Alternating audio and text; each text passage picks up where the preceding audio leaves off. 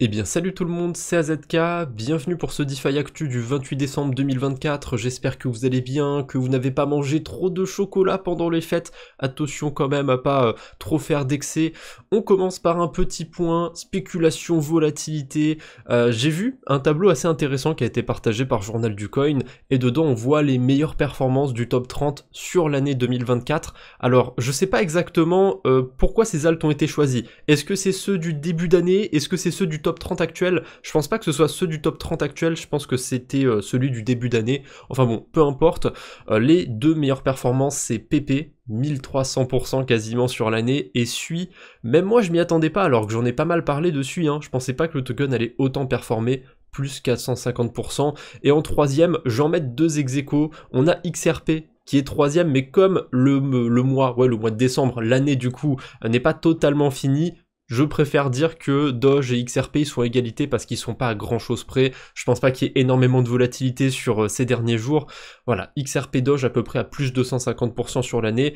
Malgré que sur les précédents cycles, rétrospectivement, on peut voir qu'il y a eu énormément de volatilité sur les deux. Je pense que c'était assez peu attendu qu'il soit dans les meilleures performances de cette année, et la preuve, hein, c'est qu'ils ont commencé à vraiment bien performer en novembre. Doge, c'était un petit peu plus tôt dans l'année, mais XRP, quasiment la totalité de sa hausse, c'était sur le mois de novembre. Donc c'est assez fou, ce petit top 30, et on peut noter aussi qu'il y a quelques alts qui sont dans le rouge sur 2024. On a Aptos à moins 2%, Avalanche à moins 5%, Render à moins 7%, Polkadot à moins 16%, et lui je sais pas ce qu'il faut encore là, ICP à moins 26%. Un coin qui s'est hissé dans le top 30 et qui me fait un peu penser au BNB. En 2021, on a eu l'explosion du BNB, voilà, un token d'exchange centralisé qui est passé de quelques centaines de millions de dollars ou dizaines de millions de dollars de market cap, je m'en souviens plus du tout, à plusieurs dizaines de milliards de dollars de market cap. Là, on n'est pas sur une hausse aussi folle, même si on n'est pas si loin en termes d'amplitude, en termes de pourcentage. On a le token de BitGet qui a encore poussé un plus 140% sur 2 semaines, c'est complètement fou, je sais pas ce qu'il y a en particulier avec cet exchange. Après, je me méfie toujours des tokens d'exchange, c'est quand même vachement manipulé, suffit de voir les volumes en fait. Quand vous regardez les volumes sur CoinGecko, sur CoinMarketCap, vous regardez, vous mettez le top 100 des cryptos, et vous triez par le volume sur 24 heures, vous allez voir que les dernières cryptos, celles qui ont le moins de volume sur le top 100, ça va être peut-être quelques stablecoins ou quelques versions wrappées de Bitcoin et d'Ether, et des tokens d'exchange, parce que en général ils sont listés que sur l'exchange auquel il appartient, et du coup, il y a forcément un peu de manipulation, un petit peu de magouille autour de tout ça, mais en tout cas, ceux qui en ont acheté, ils sont plutôt à l'aise, hein. Le token a fait une énorme performance, et du coup, je trouve ça assez rigolo qu'on ait un petit peu un token BNB sur ce cycle, donc un token d'exchange qui explose, et que l'ironie du sort, c'est que à une lettre près, c'est le même ticker, BNB du coup, et là, le token de BitGet, c'est BGB. Voilà, comme quoi, il n'y a pas de hasard, peut-être que le prochain cycle, ce sera le BCB, le BDB, le BAB, j'en sais rien, on verra bien. On a deux news autour de la Russie, je trouve ça assez rigolo, vous allez voir les deux news, elles ont un point en commun. On commence par le ministre des Finances russe Anton Siluanov, joli prénom au passage, hein, annonce que les entreprises russes utilisent, enfin plutôt peuvent utiliser le Bitcoin pour les paiements internationaux. Alors comme on le voit un petit peu plus bas dans le post de Goku, c'est dans le cadre du régime expérimental. Donc c'est une expérience, ça va pas être utilisé par la majorité des entreprises, ça va être très marginal, même si je trouve ça quand même cool qu'ils explorent un petit peu cette piste. Ce qui est rigolo aussi, c'est qu'il précise qu'il est possible d'utiliser Bitcoin, enfin les Bitcoins que nous avions minés ici en Russie. Donc je sais pas exactement ce qui encadre ce cadre justement expérimental, ce régime expérimental, mais il y a une autre news qui est tombée en même temps, enfin dans la même temporalité, c'est la Russie qui annonce une interdiction de 6 ans du mining de crypto dans 10 régions. Donc la première news, elle me fait penser que il y a que les bitcoins qui sont minés en Russie qui ont le droit d'être échangés, et juste après, hop, le mining il est interdit dans certaines régions. Alors bon, c'est pas un suspense, hein, je pense que vous le savez, il y a des régions où il fait plutôt froid en Russie, donc je suppose que voilà, il y a des raisons énergétiques à tout ça, il faut bien garder de l'énergie pour que les gens puissent se chauffer, même si c'est pas incompatible hein, de chauffer sa baraque et de bider du bitcoin. après tout, hein, pourquoi pas. En tout cas, cette interdiction va toucher voilà, plusieurs régions que je ne vais pas citer parce que j'ai pas envie de les écorcher et parce qu'il y en a beaucoup aussi, j'ai pas envie de lire la liste. Donc si ça vous intéresse, hein, vous faites pause. Je pense pas qu'il y ait grand monde dans mes abonnés qui habitent une de ces régions, mais sait-on jamais. Il y a peut-être quelqu'un dans le Daghestan, hein, qui sait. On enchaîne avec le président de l'Allemagne qui déclare que X d'Elon Musk, hein, est une menace pour la démocratie. Comment dire Alors, je suis pas un fervent supporter d'X non plus, ça s'est clairement vu lors des élections américaines que l'algorithme de X, il avait tendance à mettre en avant un candidat plutôt qu'un autre, et voilà la notion de démocratie, hein, mais est-ce que déjà on vit dans une réelle démocratie? Déjà j'ai fait un truc tout bête, j'ai été voir la définition de démocratie sur Google, et j'ai trouvé un détail hilarant sur cette définition. Le terme démocratie désigne à l'origine, donc ça veut dire déjà que le mot démocratie il a pris une nouvelle forme. Bon, à l'origine c'était un régime politique dans lequel tous les citoyens participent aux décisions politiques par le vote. Voilà, hein, c'est donner le pouvoir au peuple. On le sait, hein, en France, hein, le peuple a beaucoup de pouvoir, on est dans une belle démocratie. Bon, évidemment, le terme citoyen, ça dépend des époques, ça dépend des pays, des fois les femmes c'est pas des citoyennes, les esclaves, bon ça remonte un petit peu plus, même si hein, on va pas se mentir, il y en a encore dans la société, c'est juste que ça s'appelle autrement, hein, voilà, c'est des équipiers polyvalents, c'est des gens qui sont dévoués, qui adorent leur travail et qui dorment à l'usine en Chine, voilà, il y a plus d'esclaves, hein, c'est fini ça, c'était du passé, voyons, hein, bref, je suis pas là pour faire de la politique ou quoi que ce soit, je me perds un petit peu, mais je trouve ça assez curieux que, voilà, déjà on est le président de l'Allemagne qui s'exprime sur ça et qui disent que c'est une menace pour la démocratie, mais je suis pas en Allemagne, mais je suis persuadé que c'est pas une démocratie, enfin, je sais pas s'il reste encore des démocraties sur Terre, voilà, hein, c'est comme ça, c'est la vie. Allez, on enchaîne sur les mauvaises nouvelles, je pense que là c'est la bonne passerelle, c'est parfait. Une petite mauvaise nouvelle autour d'une hype, j'ai pas encore regardé toute la saison de Squid Game, j'ai adoré la saison 1, ça fait partie des rares séries qui sont mainstream, voilà, que pas tout le monde connaît, hein, ce serait abusé de dire que tout le monde sur Terre connaît, mais qu'une grosse partie de l'humanité connaît et qui est assez populaire, et pour le coup je dois dire que c'est une bonne série. Alors c'est subjectif, hein, on peut pas donner un avis établi pour tout le monde, mais voilà, généralement quand il y a une série qui fait beaucoup parler d'elle, je suis jamais trop fan, il y a que 2 exceptions pour l'instant, c'est Breaking Bad et Squid Game. Voilà, ça arrive de temps en temps, il y a des erreurs dans la matrice, il y a des trucs qui sont ultra mainstream et qui sont bien, du coup la saison 2 pour l'instant je commence à regarder, il me semble, petit aparté désolé mais bon, j'ai envie d'en parler donc ça me fait plaisir, il me semble que le créateur de Squid Game il avait pas particulièrement prévu de faire une saison 2, je suis pas sûr à 100% de ça, bon ça m'étonnerait pas, hein, vu comment la saison 1 a bien marché, fallait bien rentabiliser tout ça, en tout cas, comme lors de la saison 1, pour ceux qui s'en rappellent, sur la Binance Smart Chain, on avait eu un faux coin Squid Game qui avait été lancé, c'était un rug, c'était la catastrophe, et ben là on en a eu plusieurs, notamment un que je vais pas citer parce que a priori ça fait référence à une scène de Squid Game, et voilà, d'autres qui s'appelaient Squid Game, voilà, il y a eu plein de rugs encore autour de tout ça, et je suis persuadé que si un jour on a une saison 3, bah il y aura encore des trucs comme ça, hein. Ce sera la nouvelle hype, bref. Assez fou qu'il y ait des gens qui se soient fait avoir une première fois et qui se disent non allez on peut retenter une deuxième, Token Squid Game, j'ai tant de nostalgie. Allez, une deuxième mauvaise nouvelle pour aujourd'hui, il n'y en a pas beaucoup, hein, il n'y a pas eu de grosses catastrophes heureusement. On a le cofondateur Yatsu, donc le cofondateur d'Animoca Brands. Animoca Brands c'est un VC, ils investissent dans plein de projets crypto, donc normalement les outils pour apporter un peu plus de sécurité sur son exposition aux crypto, il devrait connaître, hein, quand même, quand on est investisseur sur des projets crypto, on devrait avoir un minimum de conscience numérique, et ben voilà, ça arrive même à des gens comme lui de cliquer sur un lien de phishing, de se faire avoir. Alors je sais pas exactement comment il a été approché, hein, c'est peut-être pas un truc tout bête genre claim l'airdrop de ZK Sync ou de je sais pas quoi, vous cliquez sur un faux lien parce que vous allez regarder les réponses sous un post. Non, je sais pas exactement comment il a atterri sur ce lien de phishing, mais ça peut arriver à tout le monde. Heureusement, j'en parle tout le temps, on a des outils qui permettent de prévenir une grosse partie de ces liens de phishing, de ces arnaques. Voilà, des outils comme Scam Sniffer, comme Pocket Universe, des wallets comme Rabi.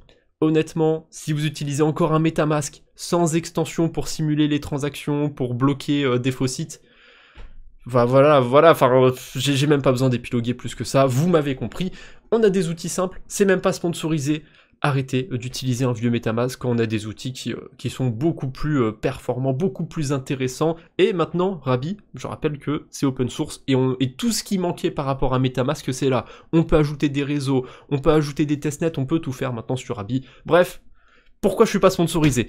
Allez, on enchaîne avec les levées de fonds, on a une grosse section levée de fonds, je sais pas, il y a eu ils sont rattrapés les VC, il y a eu une petite période de creux, novembre, début décembre, là j'ai vu beaucoup de levées de fonds ces derniers jours, et il y a une grosse narrative qui fait parler d'elle en ce moment, j'ai gardé ça pour la fin. On commence par Avalon Labs, un protocole assez curieux, alors c'est plus qu'un protocole de DeFi, hein. Il y a toute une dimension centralisée, une dimension CeFi, mais le côté DeFi, c'est un fork d'AAV, Avalon, et c'est un fork d'AAV un peu curieux, parce qu'il y a certaines blockchains sur lesquelles on peut déposer qu'une seule crypto, sur lesquelles on peut déposer 2 versions de Bitcoin, il y a beaucoup de liens avec du Solv BTC, avec des entités comme ça, il y a beaucoup d'investisseurs aussi autour d'Avalon Labs, donc c'est un écosystème que je trouve très curieux. En vrai, il y a beaucoup de protocoles qui sont sur la narrative de la BTCFi, la Bitcoin Finance, qui sont très curieux, hein, qui sont pas du tout organiques pour l'instant dans leur utilisation et qui servent globalement à accumuler des points. Mais bon, ils ont réussi à lever 10 millions de dollars, il y a beaucoup d'investisseurs dans le lot, donc ça reste quand même un protocole à surveiller, je pense, pour ceux qui s'intéressent à cette narrative de la Bitcoin Fi, hein, de faire travailler ces bitcoins sur des protocoles de DeFi. On enchaîne avec Usual, qui a levé aussi 10 millions de dollars après leur airdrop, donc ça on peut quand même le noter, hein, malgré qu'ils aient lancé leur airdrop ou quoi, ils ont encore des ambitions, ils arrivent à lever des sous, c'est une bonne chose, on a toujours Binance Labs d'ailleurs dans les investisseurs, et my bad un petit peu pour Usual, j'avais craché un peu sur le projet quand on avait entendu le listing sur Binance, alors j'avais quand même craché dessus, mais pour une bonne raison, c'est parce qu'ils ont vendu un peu leur cul à Binance, ils ont été payés pour être listés, et ils ont donné une bonne partie de la supply, enfin en tout cas plus que ce qui avait été initialement donné à l'airdrop je crois, ou alors un peu moins, mais c'était pour quelques jours de staking, enfin voilà, je me sentais un petit peu lésé pour les gens qui avaient farmé Usual, de voir que eux ils allaient se partager, je me souviens plus des pourcents, je vais dire des bêtises, mais 7% des tokens, alors que Binance ils vont avoir 8% eux, et pour n'avoir rien fait quasiment, pour pas avoir connu l'écosystème ou quoi que ce soit, je trouve ça un peu dommage, mais du point de vue du projet, c'est quand même plutôt sympathique hein, d'être listé directement sur un top exchange, d'être même payé pour ça, donc je comprends qu'ils aient accepté. J'ai pas aimé le fait qu'ils acceptaient quand même, hein. J'ai le droit d'avoir mon opinion là-dessus, merde.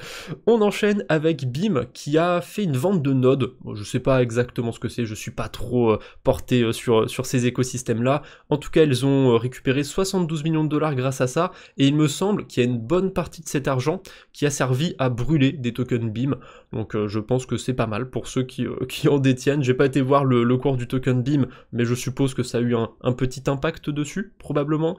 Ensuite, on a Mine Labs plutôt, un protocole de bridge entre Bitcoin et Solana qui lève 2 millions de dollars. Pourquoi pas? Moi j'aime bien voir de plus en plus de bridge, surtout vers Bitcoin, parce que c'est ce qui manquait un peu en 2021, c'était assez difficile de bridger du BTC. Maintenant ça devient de plus en plus simple, on a pas mal de solutions qui apparaissent, et j'aime bien qu'on ait le choix, qu'on ait de nouvelles solutions qui apparaissent. Du côté de Solana, j'ai l'impression qu'il n'y a pas tant de solutions que ça, donc c'est cool aussi de voir des bridges comme ça apparaître sur cet écosystème. Même si j'ai pas été voir si c'était live ou si c'était en train d'être lancé. Non, ça a l'air d'être potentiellement lancé. Attendez, cross-chain app to launch and trade token on Bitcoin. Je sais pas si c'est vraiment un bridge du coup, ce protocole. J'ai l'impression que la description de Crypto Fundraising me l'a mal vendu. Bon, peu importe. Hein, peu importe, on va enchaîner. J'avais qu'à faire un peu mieux mes recherches avant de lancer la vidéo. Voilà, on termine avec la grosse narrative. J'ai vu beaucoup de levées de fonds sur ce sujet. Alors, certes, on peut avoir l'impression qu'il va y avoir moitié de levée de fonds autour de cette narrative et moitié du reste. Il y en avait peut-être plutôt un tiers autour de la narrative des IA et des agents IA, mais j'ai sélectionné les levées de fonds qui m'intéressaient. Voilà, il y avait quelques levées de fonds de quelques centaines de milliers ou de quelques millions de dollars sur des projets que je trouvais pas intéressants. Donc, je peux amener un biais. Il n'y a pas eu, représentativement parlant, il n'y a pas eu autant de levées de fonds autour des IA, mais c'était quand même facile, 25-33% des levées de fonds qu'il y a eu sur ces derniers jours. Donc, on sent quand même que les VC, ils vont sur cette narrative, surtout des agents IA. On commence par Skynet, un protocole d'agents IA qui lève 1,2 million de dollars. Ensuite, on a Inferix GPU, un réseau décentralisé du coup de GPU pour de l'intelligence artificielle qui lève 2,6 millions de dollars, parce que c'est mignon hein, de mettre intelligence artificielle partout, il faut bien de la force pour faire tourner tout ça. Ensuite, on a NotPay, un réseau d'entraînement décentralisé d'intelligence artificielle qui lève 7 millions de dollars, donc on voit que c'est pas que des projets aussi qui sont sur une narrative précise, qui essayent de copier l'autre, c'est quand même des projets qui essayent de se mettre tout autour de l'IA. Vous voyez, là on a un réseau d'entraînement, là on a un réseau décentralisé de GPU, on a aussi des trucs qui vont surfer les trucs plus spéculatifs autour des agents IA, on a aussi une plateforme décentralisée designée pour accélérer l'adoption de l'intelligence artificielle, ça s'appelle SwanChain, et dans les investisseurs, on a Optimism et DWF Labs. DWF Labs, c'est des market makers, ils sont connus pour faire des moves un petit peu curieux, un petit peu, j'arrive pas à trouver le mot, on va dire putassier, allez, un peu putassier sur certains coins, en tout cas ils l'ont beaucoup fait en 2021, je sais pas s'ils le font tant que ça encore, mais voilà, c'est des market makers, donc ils veulent pousser un petit peu la narrative aussi, on dirait, de leur côté. On a Chain Opera AI, un layer 1, une blockchain du coup de layer 1, autour de l'intelligence artificielle qui lève 17 millions de dollars. Et pour terminer, c'est pas une levée de fonds, mais on a plein de blockchains qui se lancent un peu sur cette narrative des agents IA. On a Mod, typiquement, qui le fait, c'est pas mal populaire du côté de Base. Et on a aussi Fuel Network, a priori, qui lance une phase alpha de son kit d'agent d'intelligence artificielle. Voilà, le kit spécial Fuel, pourquoi pas, j'ai envie de vous dire. Peut-être qu'on aura des trucs sympas sur cet écosystème, on verra bien. Allez, après ces levées de fonds, on enchaîne avec la Minute DeFi, quelques news sur lesquelles on va pas particulièrement s'attarder, mais qui sont quand même intéressantes, et je l'ai chillé un petit peu, on va en reparler. Rabby Wallet, il y a un nouveau truc qui a été ajouté sur Rabby Wallet, c'est un petit coin support, où vous avez des guides, des FAQ, des petites astuces. Je trouve ça très sympathique de la part de Rabby Wallet, et je me demande même pourquoi ça n'a pas été ajouté avant. Ensuite, on a Vitalik Buterin qui adopte l'hippopotame Mudeng, le fameux mème là du petit hippopotame, il y a même eu des meme coins autour de tout ça, il est adopté avec un don de 88 Ethereum, là au cours actuel ça donne quoi, du 250 000, 300 000 dollars dans ces eaux-là, donc c'est plutôt sympathique comme news, écoutez, et en plus il a déclaré avoir placé des ETH de côté pour de potentielles futures donations pour Mudeng et ses amis. C'est sympathique tout ça. Cette news, je sais pas pourquoi, elle arrive pas à charger, c'est juste la blockchain Celo qui est disponible maintenant sur LayerSwap, voilà, pour ceux qui utilisent ce bridge, qui est pas mal, hein, mine de rien, j'en entends pas beaucoup parler, mais c'est un bridge qui a pas énormément de frais, donc il est sympathique. Ensuite, on a Bungie qui copie Jumper avec son récap 2024, voilà, si vous avez beaucoup utilisé Bungie, vous pouvez vous amuser à aller voir votre récap, si j'y pense, je vous mettrai le lien dans la description. Et tant qu'on parle de Jumper, il y a une petite news aussi de ce côté-là, j'ai vu Cryptomage qui l'avait repartagé, donc on a Jordan, le community lead, hein, donc quelqu'un qui travaille chez Jumper, qui a dit que Relay pourrait bientôt arriver sur Jumper, en tout cas plus tôt que ce qu'on peut le penser, et Relay, relais en bon français, c'est un bridge qui est assez sympathique, que je pense jamais à vérifier, à utiliser, parce que les agrégateurs, c'est bien comme outil, on s'y habitue facilement à utiliser, voilà, pas besoin de comparer 10 bridges en même temps, c'est fait automatiquement, c'est bien pratique, sauf que de temps en temps, on a des nouveaux bridges qui apparaissent et qui sont pas ajoutés tout de suite sur ces agrégateurs. Relay, ça fait partie de ces bridges qui sont vraiment bien, qui ont de bons taux, qui sont assez intéressants, mais comme il est très récent, il n'est pas encore listé sur Jumper, a priori ça va bientôt arriver. Donc voilà, c'est une très bonne chose pour ceux qui utilisent Jumper, hein, vous continuerez d'avoir le meilleur agrégateur. Pour l'instant, voilà, Jumper, il est pas parti pour être le deuxième meilleur agrégateur, hein. Pour moi, c'est toujours le meilleur agrégateur de la DeFi. On a un autre petit rappel aussi de Cryptomage pour l'airdrop saison 4 de Tensor. J'ai pas du tout farmé du côté de Tensor, c'est une marketplace de NFT sur Solana, donc si vous n'avez pas farmé sur Solana, si vous n'avez pas échangé d'NFT sur Solana, je pense que vous n'êtes pas obligé d'aller vérifier. Bon, dans le doute, si vous êtes un peu actif sur l'écosystème Solana, allez voir si vous êtes éligible. Bon, sans surprise pour ma part, j'étais pas éligible. Un autre airdrop du côté de Solana, qui ratisse beaucoup plus large, parce que là on a quand même 2 millions de wallets il me semble qui sont éligibles, donc on n'est pas sur un petit airdrop. On va parler vite fait de l'airdrop de Jupiter, l'airdrop 2025, il y a 700 millions de tokens Jupiter qui vont être distribués. Alors il y en a 200 millions qui vont être distribués à ce qu'ils appellent les carottes et les good cats sur leur screen. Je sais pas exactement à quoi ça correspond, donc je vais me concentrer sur les 500 millions qui sont distribués aux utilisateurs et aux stakers.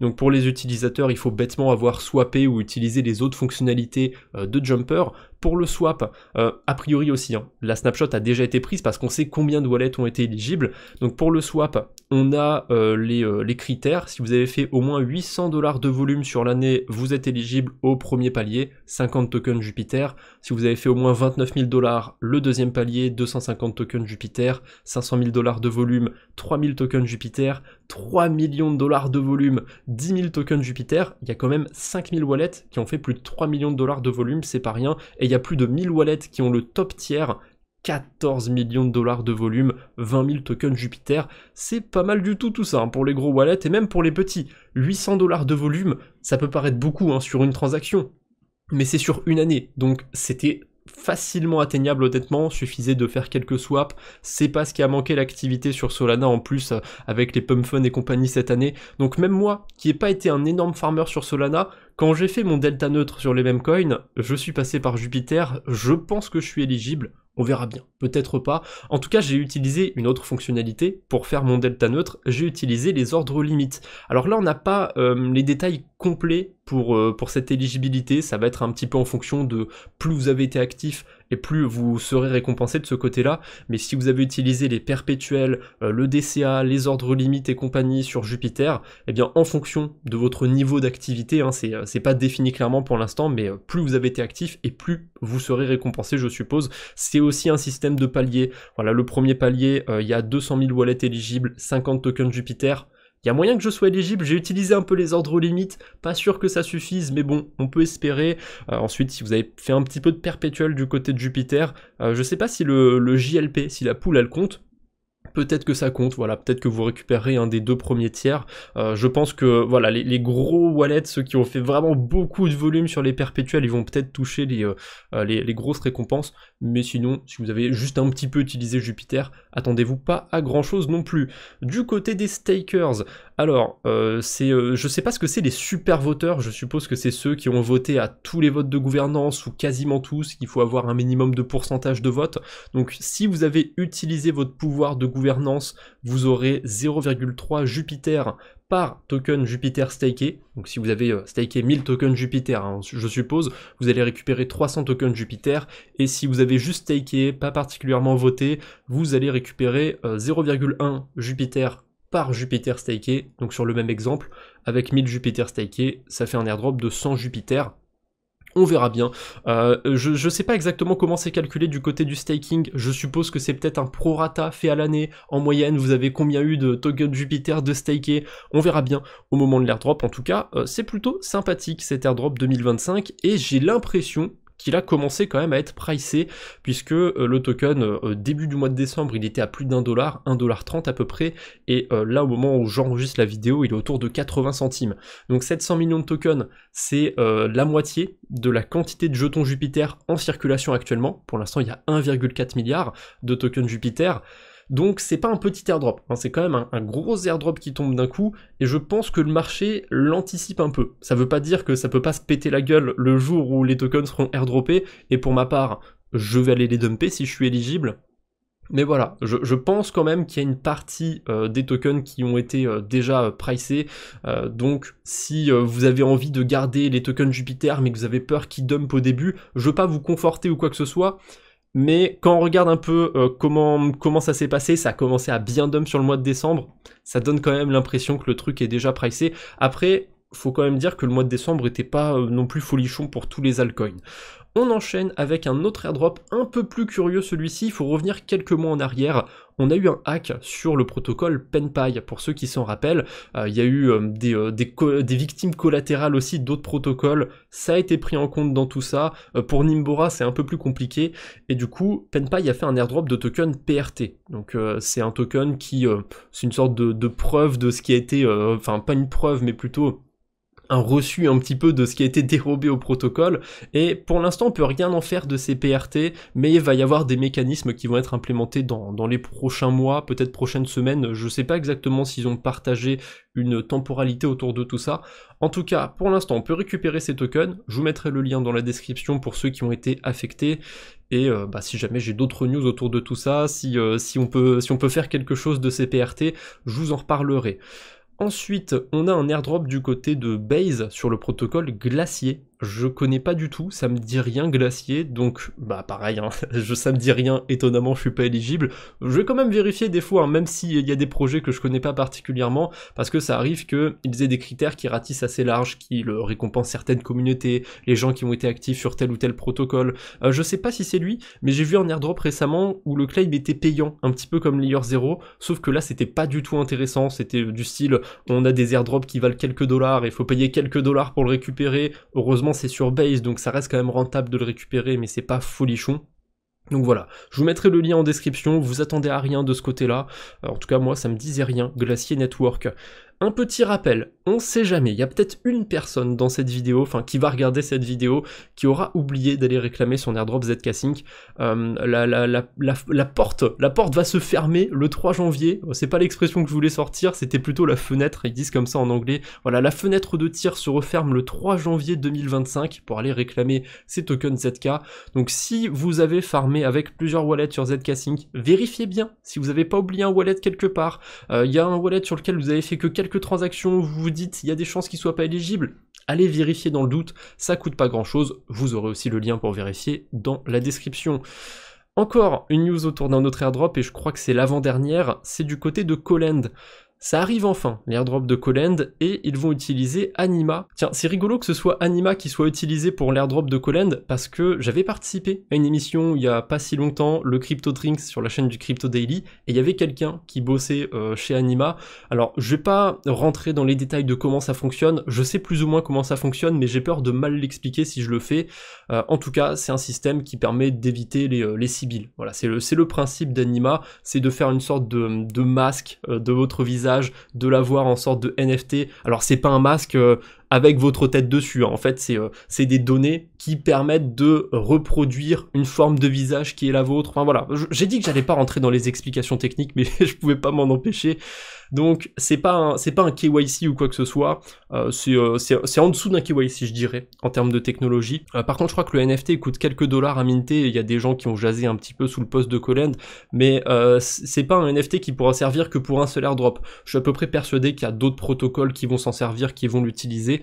En tout cas, voilà, l'airdrop de Colend devrait arriver, mais il y a une petite barrière à l'entrée, il faut récupérer le NFT d'Anima et le connecter, l'identifier à son portefeuille, ou le détenir sur son portefeuille, je sais plus exactement comment ça marche, je crois que c'est ça, je crois que c'est un SBT, un Soulbound Token, que vous allez recevoir sur votre portefeuille. Ensuite, une petite news du côté d'Aptos, voilà, ceux qui sont actifs du côté du protocole Merkle, du côté du protocole de trading, peut-être même que vous avez été éligible à cet airdrop, il y a des chances que vous ayez du coup des VE-MKL, donc des tokens stakés sur le protocole. Je crois que l'airdrop, il y avait moyen de le récupérer en VE-MKL, de le bloquer, donc sait-on jamais, peut-être qu'il y en a parmi vous qui en ont.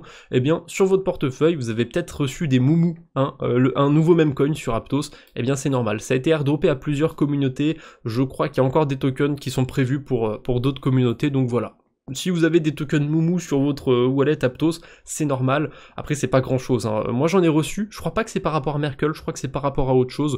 Ça vaut 4-5 $ à peu près. C'est gratos, hein, j'ai rien demandé pour les avoir, donc je suis quand même content. Enfin voilà, maintenant vous savez pourquoi vous avez peut-être quelques memcoins qui traînent sur votre portefeuille. Une petite news DeFi, on a Berachain qui lance 2 vaults de pré-dépôt, un petit peu comme ce qu'on a eu sur Blast, sur Fuel aussi il me semble qu'il y a eu ça, et sur Korn plus récemment. Donc c'est des vaults sur Ethereum sur lesquels on peut déposer des cryptos pour accumuler des points. Sympathique du coup pour ceux qui, comme moi, qui n'ont pas particulièrement envie de s'embêter avec le testnet de Berachain, et ben là, si j'ai envie de farmer Berachain, je peux déposer sur ces vaults. Je sais pas s'il y a une date limite pour déposer dedans, je crois pas. En tout cas, il y a une date de retrait. Si vous déposez sur ces vaults, vous pouvez pas retirer avant quelque chose comme le 14 avril, je me souviens plus exactement, donc va falloir prendre votre mal en patience. Et on a deux protocoles qui sont autour de tout ça, on a Lombard et Stakestone. Lombard, ça va être pour le côté Bitcoin, et Stakestone, ça va être pour le côté Ethereum, même si plus tard, ils vont aussi rajouter un côté Bitcoin. Donc sur Lombard, on peut déposer du LBTC, du WBTC, et sur Stakestone, de l'ETH, du WETH ou du Stone. Voilà, si vous avez envie de farmer Berachain, si vous avez déjà bien farmé le testnet, ça peut être intéressant aussi à surveiller. En plus, ça vous permet de farmer tout un tas de points, notamment des points Dolomite. Pas grand monde en parle aussi de ce protocole, mais je trouve que c'est un protocole très intéressant qui est essentiellement du côté d'Arbitrum, mais pas que. Ensuite, on a un vote. J'ai un peu les boules d'en avoir parlé du coup dans une vidéo, je sais plus exactement ce que j'en avais dit, je sais plus si j'avais déjà voté à ce moment-là, mais en fait j'ai essayé de voter du coup pour, on avait un vote à faire sur avec le token Layer 0, voilà, pour la gouvernance, pour donner un petit peu son avis sur la question.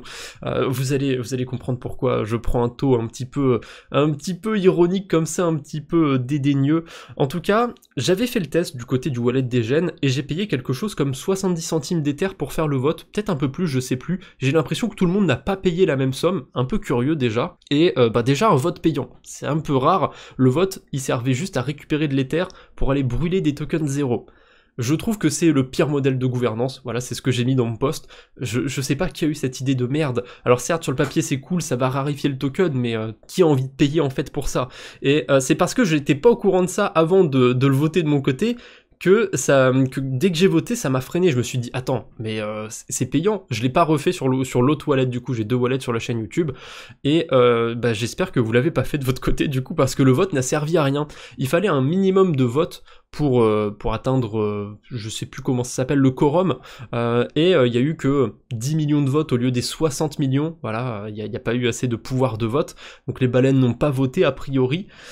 Donc ça a servi à rien. Ça a servi à rien de voter. Les gens évidemment qui ont voté, c'est pour spéculer sur un airdrop, moi le premier, mais je pense que c'était un mauvais move. Heureusement, j'ai pas perdu grand chose dans la manœuvre, je suis pas à 1 ou 2 dollars près sur le portefeuille, et je pense que la plupart d'entre vous non plus.